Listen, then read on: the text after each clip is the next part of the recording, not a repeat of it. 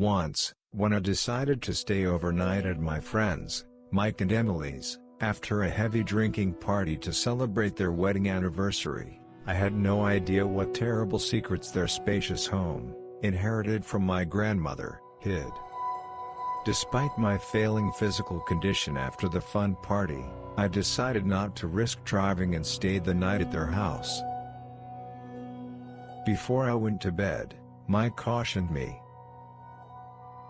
Have you noticed that our lights go out a lot at night? Be careful. My son is always throwing toys everywhere. I nodded my understanding and, carrying the bedding with me, headed off to bed. Perhaps due to the busy evening or the influence of the unfamiliar surroundings, but I slept incredibly poorly. Every dream turned into a nightmare, and even with the window open, the room was stuffy. At 2 o'clock in the morning, I was terribly dry. I could still get rid of the nightmares somehow, but thirst made me wake up completely and go in search of water. There were no lights in the house, and I moved in the dark, just as Mike had warned. However, my eyes had already gotten used to the lack of light and I easily found my way to the refrigerator.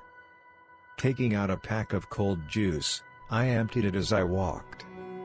It was at that moment that I heard the faint, barely audible cry of a baby. I frowned, because only Timmy, Mike's 4-year-old son, cries like that. After standing in the kitchen, I realized that the crying continued, and Emily and Mike were probably deep asleep. After returning the juice pack to the fridge, I decided to check on the baby. Even though it wasn't really any of my business, I couldn't just forget about the crying and go to bed. Following the sound, I made my way to the door at the end of the hallway and stopped. The crying was coming from behind the door, and I opened it to look into the room.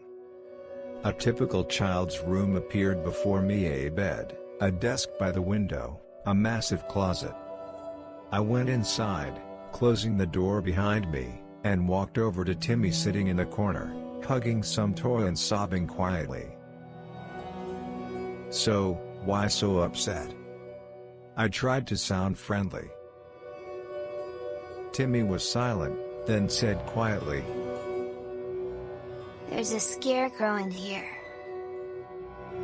"What?"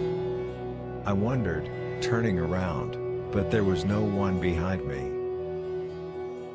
"It's in the closet," Timmy said, standing next to me. "waiting for you to leave." Muttering comforting words that it was all a dream and there was nothing here, I walked over to the closet. Opening the door, I found it empty.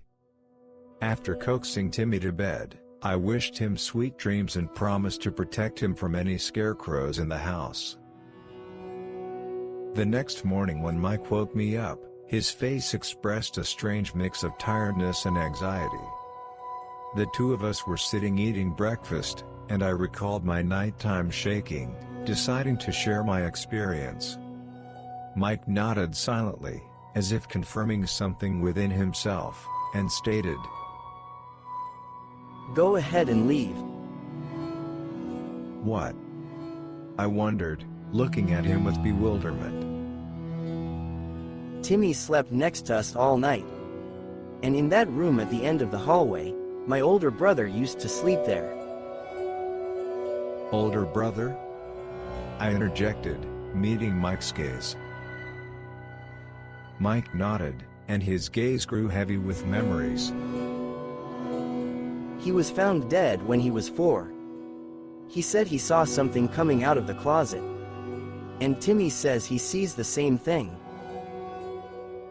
Mike got up and headed into that very room, inviting me to follow him.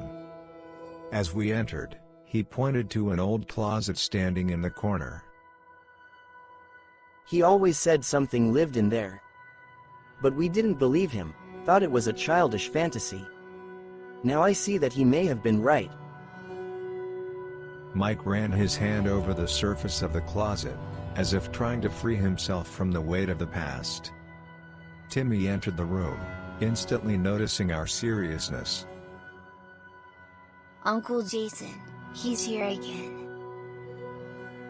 Little Timmy whispered, hugging himself to Mike's arm.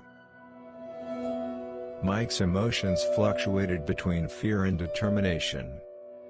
I, too, felt the pressure of the past standing in that room. Mike looked at me and said, Timmy tells me that my brother is protecting him from whatever comes out of the closet. It sounds like he's here to take care of us. Though the room had an air of the unknown and unimaginable, I saw in Mike's eyes not only fear, but a strange calmness. We packed up, said our goodbyes, and left the house, leaving him in a world where past and present intertwined in an eerie dance.